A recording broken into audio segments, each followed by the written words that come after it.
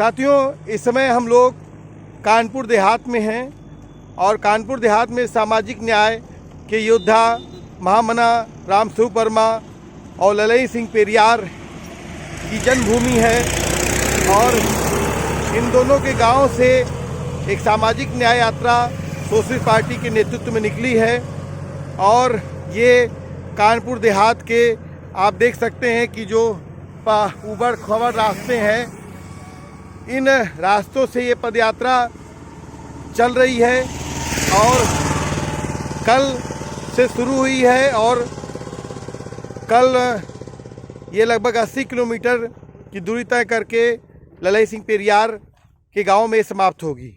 इस यात्रा के दौरान बहुत सारे अनुभव यहाँ मिले हैं, जैसे कि इस पूरे इलाके में सोशलिस्ट पार्टी का जब हम लोग पर्चा देते हैं तो लोग कहते हैं कि ये वर्मा जी वाली पुरानी पार्टी है और इस इलाके में एक इन दोनों महापुरुषों को लेकर एक बातचीत है। चट्टी चौराहे से लेकर आम सड़क तक पे ऐसे तमाम साथी लोग लगातार मिले हैं।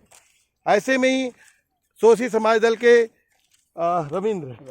रविंद्र कटियार जी मिले हैं और ये हमारी यात्रा में भी शामिल हुए हैं। इनका हम स्वागत करते हैं और हम जानना चाहेंगे आज पूरा कि इस इलाके में जो सोशलिस्ट समाज दल है, अर्जक संघ है, रामस्वरूप वर्मा जी और ललई सिंह जी की पूरी विचारधारा, उसको लेकर क्या हो रहा है और कैसे यहाँ का समाज सोचता है।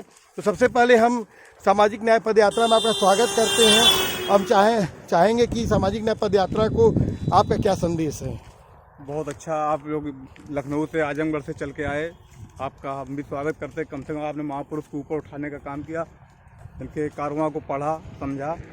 और ये क्षेत्र महामना रामस्वरूप वर्मा जी का है। उन्होंने वैचारिक क्रांति का एक सफल प्रयास किया। उन्होंने अंधविश्वास, पुनर्जन्म, भागवत को बिल्कुल नकार के एक बहुत सरल रास्ता दिया जिससे मानव कल्याण का तरक्की हो, मानव हित में काम हो। उन्होंने धर्म को भी किनारे कर दिया। उन्होंने कहा कि दुनिया में जितने युद्ध हुए धर्मों के कारण हुए, इसलिए धर्म ग्रहण से कोई गुत्थी सुलझने वाली नहीं। और उन्होंने एक परिभाषा लिखी कि विवेक बुद्धि को मानव हित में प्रयोग करना ही धर्म है। ये था महामना रामस्वरूप वर्मा जी का संक्षिप्त विवरण। और उन्होंने करीब विधानसभा में 7 बार पहुँचे विधायक बन के, जनता से 2-2 रुपये चंदा लेके जनता के सहयोग से विधानसभा पहुँचे। अच्छा, अभी आपने बता रहे थे कि वित्त मंत्री जब वो बने तो उन्होंने जो किसानों के पक्ष में एक जो शानदार बजट दिया था, उसके बारे में कहानी आप बता रहे थे पूरी बातचीत, तो वो आप हमें इस पे बताइए। उन्होंने मिल उत्पादित वस्तु और कृषि उत्पादित वस्तु में एक समान पात कायम किया। 1967 में 20 करोड़ का मुनाफा दिया, मजदूरों को मजदूरी 3 गुना की और किसानों का बड़ा लाभकारी बजट दिया, जिसमें उस समय गेहूं का मूल्य वित्त मंत्रियों की बैठक में 60 रुपये निकाला। उस समय कांग्रेस की हुकूमत होती थी, तो कांग्रेस के करीब 22 राज्यों में सरकार थी। उन्होंने कहा वर्मा जी हमने निकाल लिया, आप खाम में क्यों विरोध करते हैं। वर्मा जी ने कहा भाई इसमें विरोध कोई बात नहीं, इसमें किसान होना चाहिए, और कोई किसान नहीं है तो सरकारी फार्म का कोई व्यक्ति हो, वो कम से कम पता तो कुछ जुताई, खाद, बीज, श्रम, सिंचाई, उसका लागत निकालने के बाद मुनाफा निश्चित किया जाए। तो वो लगभग वहाँ के वित्त मंत्री सरकारी फार्म हाउस पे राजी हो गए।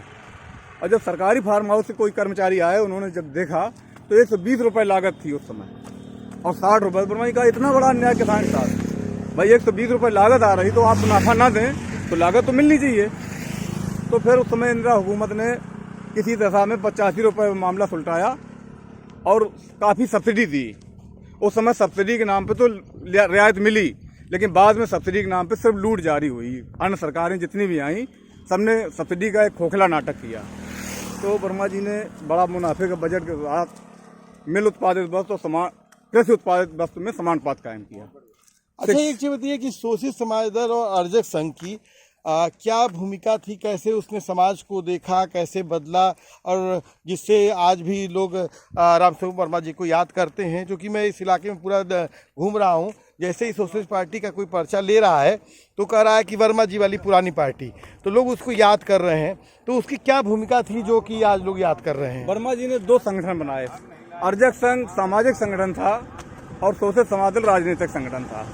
सामाजिक संगठन की जिम्मेदारी थी समाज में व्याप्त कुरीतियों को, पाखंड को, अंधविश्वास को खत्म करके मानव समाज को सरलता से जीने का अधिकार दिलाया जाए और तमाम स्वर्ग नरक के ठगने वाले लोगों को दूरी बनाया जाए। तो 51 को धारा 51 को चाहते थे सख्ती से लागू किया जाए ताकि अंधविश्वास पाखंड को खत्म करके वैज्ञानिक दृष्टिकोण को बढ़ावा दिया जाए। और उन्होंने अपने जीवन में 16 संस्कारों से हट के सिर्फ 2 ही संस्कार महत्वपूर्ण रखे, विवाह संस्कार और मृत संस्कार। जब गाड़ी आए थोड़ा सा आवाज़ जो ब्रेक कर लो करिएगा। तो विवाह संस्कार वंश परंपरा को आगे बढ़ाने का, जो सादगी से होना चाहिए, बहुत ज़्यादा दिखावा नहीं होना चाहिए। बारात एक परिवार के परिवारीजन जाएं, लड़की वाले दरवाजे बोझ ना पड़े और ब्याह लाएं, अपने दरवाजे खर्च करें, ऐठो के रूम में, बहुअज के रूम में या आशीर्वाद समारोह के रूम में। इससे हमारा फिजूल खर्ची बंद होगा और दहेज जैसी कुरीति खत्म होगी। ये उनका अपना चिंतन था वर्मा जी का। और 1967 में उन्होंने एक सख्ती से अपने कार्यकर्ताओं को समझाया कि आप शादी दिन में करें, रात का आयोजन बंद हो जाएगा तो ध्वनि प्रदूषण बंद होगा, डीजल पे जो मुद्रा फूक रहे वो बंद होगी, और पुरोहित ना करें जो ठगने का काम करता है, उसको हटा दें, नकार दें। अच्छा, इसी माने कि कानपुर देहात में भी ललई सिंह पेरियार जी भी यहाँ पर जन्मे और उनकी भी ये जन्मभूमि और कर्मभूमि है। तो रामस्वरूप वर्मा जी ललई सिंह जी के बीच में जब मुलाकात जो होती हो, आप लोगों ने देखा हो, और क्या बातें थीं और कैसे एक दूसरे के लोग सहयोग करते थे? ललई सिंह जी फौज में, किसी फौज में पद पे, अच्छे पद पे थे। इसके बाद वर्मा जी से मिले और चुनाव के समय वर्मा जी के साथ आते थे हर समय। और जिस समय वर्मा जी ने 67 में वित्त बजट से पैसा निकाला, बाबा साहब का साहित्य पूरा रखवाया पुस्तकालय में, और 67 में पुस्तकालय रखने के बाद, किताबें पूरे भारत उत्तर प्रदेश के पुस्तकालयों में रखने के बाद 2 साल बाद कांग्रेस ने, हुकूमत ने इशारा किया और पूरे छात्रावासों से किताबें उठा ली गई जी। उठाने के बाद ललई सिंह जी ने उस समय एक रिट दायर की और दोनों नेताओं ने मिल के काम किया ये, और हाई कोर्ट में जीते गए। उसमें धर्म के लिए बाबा साहब की 2 किताबें जब्त की गई, तो ललई सिंह जी ने रिट डाली और वो जीती गई। और जीतने के बाद आज तक हटकीली सरकारों ने पुनः किताबें नहीं रखवाई। ये एक दर्शन था, बहुत महत्वपूर्ण था, लेकिन आज तक अन्य सरकारों ने ये काम नहीं किया। जबकि बाबा साहब के नाम पे बहुत पार्टियां, संगठन काम कर रहे हैं, लेकिन इस मुद्दे पर काम नहीं हुआ। सरकारें यहाँ कई आई उत्तर प्रदेश में जिन्होंने बाबा साहब की मिलती जुलती विचारधारा से काम किया, लेकिन वो किताबें आज भी छात्रावासों में नहीं रखवाई जा सकी। तो ये बताइए, जैसे कि आज के दौर में जब हम लोग बात कर रहे हैं तो आजकल धर्म का झंडा बहुत बुलंद है राजनीति में, तो कैसे में आप रामस्वरूप वर्मा जी, ललई सिंह जी को क्या आप लोग को मिस आने की एक उनका न रहने को जो है कैसे देखते हैं, और क्या उसको कैसे क्षति की पूर्ति कर रहे हैं, कैसे क्या कर रहे हैं समाज में? देखिए, धर्म के नाम पे उन्होंने शिक्षा को खत्म कर दिया और एक पूंजीवादी व्यवस्था के तहत काम कर रहे हैं। और पूंजीवाद में यही होता है कि धर्म और जात के सहारा लेके सत्ता स्थापित कर लेते हैं, इसके बाद फिर लूट जारी होती है। वर्मा जी का मानना था कि धर्म से युद्ध, दुनिया में जितने युद्ध हुए धर्मों के कारण हुए, इसलिए धर्म ग्रहण तो गुत्थी सुलझने वाली नहीं है। तो धर्म हमें दूर रखना चाहिए धर्म से, और मानव कल्याण के लिए हमें शिक्षा, चिकित्सा और रोजगार के अवसर बढ़ाने का प्रयास किया जाए। ये वर्मा जी का सपना था।